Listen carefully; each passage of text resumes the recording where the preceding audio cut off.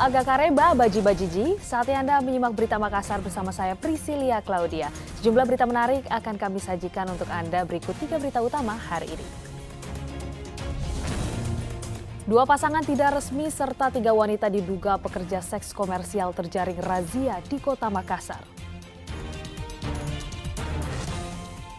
Gedung sekolah di Bulukumba nyaris ambruk tertimpa ranting pohon.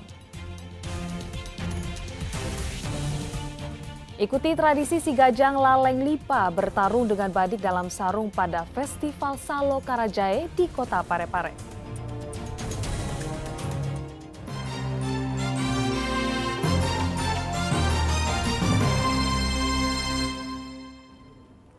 Dua pasangan tidak resmi serta 3 wanita diduga pekerja seks komersial terjaring razia di Kota Makassar. Penertiban serupa bakal digencarkan guna mencegah praktik prostitusi, terutama melalui media sosial.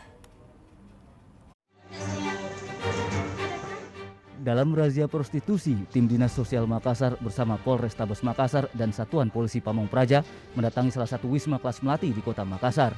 Petugas terpaksa memanjat menggunakan tangga karena penghuninya enggan membuka pintu kamar. Penghuni kamar sebelumnya bersembunyi di balik gorden untuk mengelabui petugas yang mengetuk pintu kamar. Dari tempat ini, 2 pasangan muda-mudi tidak terikat pernikahan resmi terjaring razia. Sementara dari tempat berbeda, petugas juga menjaring 3 wanita yang diduga pekerja seks komersial. Bahkan saat digeledah, salah satunya menyiapkan alat kontrasepsi bagi tamu pria hidung belang. Dengan kegiatan kami, penjaringan BTS Waria di beberapa tempat di Kota Makassar bersama tim gabungan dari Polrestabes Makassar serta Satuan Polisi Pamong Praja dan Dinas Sosial itu sendiri menjaring 2 pasang plus 3 tambah pasangan, mungkin baru diduga setelah asesmen kami beserta tim apakah mereka bekerja atau bukan. Ada berapa lokasi tadi, Pak? Ada 3 lokasi di daerah Kecamatan Wajo. Ini kan tadi pemeriksaan ada satu tempat kamar ini ada seperti alat kontrasepsi, ya. Ada indikasi wanita tunanetra sosial ini, Pak? Iya, mungkin setelah asesmen baru kita bisa ketahui apakah kami rujuk atau tetap pada pembinaan keluarga seperti itu. Ada berapa barang bukti tadi anunya, Pak? Atau Kalau kontrasepsi? dilihat dari barang buktinya ada 1 dos, tapi mungkin sudah sebagian dipakai. Ataukah memang pada prinsipnya atau yang barang itu barang ditemukan, tapi kan setelah asesmen baru kita tahu. 2 pasangan di luar nikah yang terjaring razia bakal dipanggil orang tuanya agar ada efek jerah. Sedangkan 3 wanita yang diduga pekerja seks komersial dibawa ke panti rehabilitasi agar mendapatkan pembinaan. Razia serupa semakin digencarkan guna mencegah praktik prostitusi, terutama melalui media sosial. Andi Muhammad Sardi melaporkan dari Kota Makassar. Hingga kini polisi masih menyelidiki upaya pembobolan mesin ATM Bank Sulselbar di Kabupaten Pangkep. Para pelaku yang diduga lebih dari 1 orang gagal mencuri uang tunai dalam mesin ATM. Garis polisi terpasang di gerai ATM Bank Sulselbar, kawasan Marang, Kabupaten Pangkep. Polisi masih menyelidiki upaya pembobolan mesin ATM yang diduga dilakukan lebih dari 1 pelaku. Upaya pembobolan ATM pertama kali diketahui Satpam Puskesmas Marang. Polisi telah menyita barang bukti tabung oksigen serta tabung pemadam ringan yang diklaim milik para pelaku yang ditinggal. Polisi juga telah memeriksa sejumlah saksi, termasuk pegawai Bank Sulselbar. Tersangkanya kurang lebih 3 orang. Pertama kali diketahui oleh piket jaga Puskesmas Marang. Itu sempat dibobol uangnya atau bagaimana? Enggak sempat. Sempat. Enggak sempat, cuma dia merusak ATM saja. Yang digunakan apa saja? Yang digunakan sementara barang bukti yang kami temukan di TKP itu ada 2. Yang pertama itu tabung oksigen dari rumah sakit, itu dia gunakan. Jadi dia ambil itu tabung oksigen untuk bobol ATM. Kemudian ada juga tabung apar, barang kebakaran itu. Untuk pelakunya sendiri apa sudah Sementara kami lidik TSK. Mudah-mudahan secepatnya kami bisa. Dalam aksi ini pelaku gagal mencuri uang dari mesin ATM. Namun kerugian akibat mesin ATM dirusak oleh pelaku diprediksi mencapai 300 juta rupiah. Sesuai perkembangan penyelidikan, polisi mengantongi satu nama pelaku yang masih diburu. Andi Muhammad Sardi melaporkan dari Kabupaten Pangkep. Buruh bangunan di Bantaeng menemukan 2 mortir di tumpukan pasir. Hingga kini asal mortir serta statusnya masih aktif atau rusak belum dipastikan. Inilah rekaman prajurit Kodim 1410 Bantaeng melakukan evakuasi 2 mortir yang ditemukan seorang buruh bangunan dalam tumpukan pasir. 2 mortir dibawa ke markas Kodim Bantaeng untuk diperiksa lebih lanjut. Hingga kini asal mortir serta statusnya masih aktif atau rusak belum dipastikan.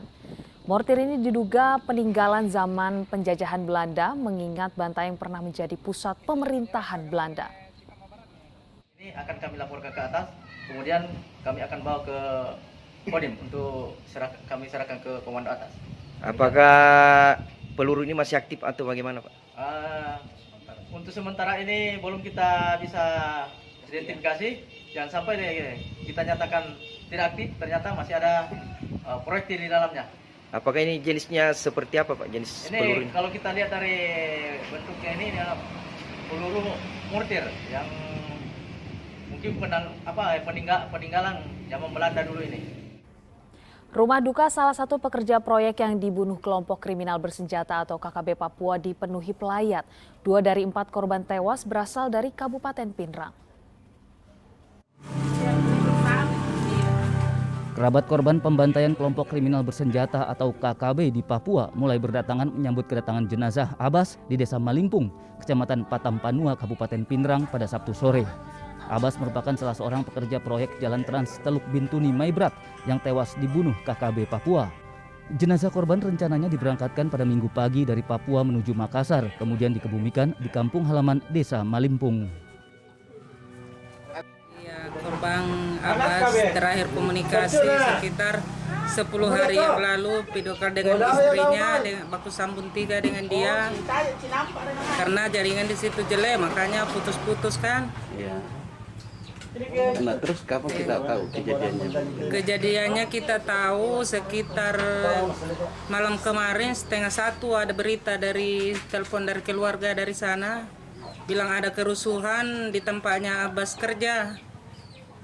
Kalau Abbas itu kerja di mana? Kerja di proyek Trans Bintuni. Dia memang pimpin di sana, Bu? Atau? Dia di sana sebagai bosnya. Informasinya dia sempat Bu ya, lindungi anak buahnya katanya. Anak buahnya ada 14 orang yang masuk.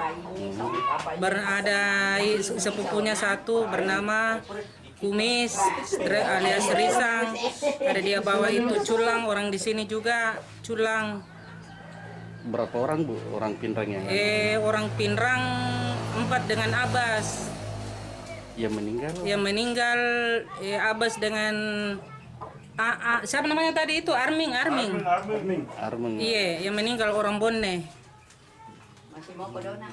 Jadi rencananya Bu, Abbas ini akan dibawa ke Rencananya Abbas insya Allah besok katanya sekitar jam 8 pagi ke Manokwari transit di Sorong terus ke Makassar. Perkiraan sampai di sini sore lah. Oh, rencana dikebumikan di sini di Malimpung. Ada 14 pekerja proyek Jalan Trans Bintuni Maibrat menjadi korban penyerangan KKB Papua. Salah satunya adalah wanita. 4 orang tewas dibantai. 2 korban tewas diantaranya dari Kecamatan Patampanua, Kabupaten Pinrang, yaitu Abbas, warga desa Malimpung, serta Armin, warga desa Sipatuo. Suwardi Gatang melaporkan dari Kabupaten Pinrang. Gedung sekolah di Bulukumba nyaris ambruk tertimpa ranting pohon. Saat itu para murid yang mengikuti les tambahan telah usai sehingga tidak ada korban jiwa.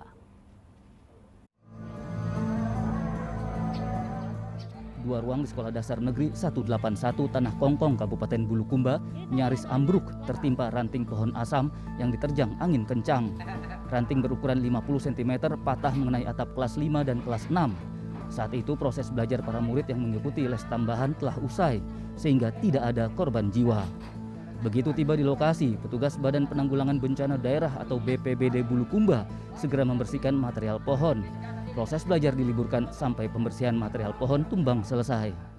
Kejadian pada pukul 16:15 terjadi ranting pohon asam yang tumbang kurang lebih diameternya 1,50 meter menimpa bangunan ruangan sekolah SD 181 Kasuara, Kecamatan Ujung Bulu, Kabupaten Bulukumba.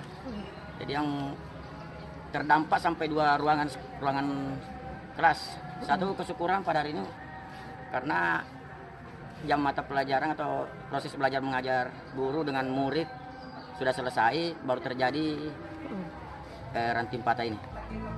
Kerugian materi akibat kerusakan tertimpa ranting pohon diperkirakan mencapai ratusan juta rupiah.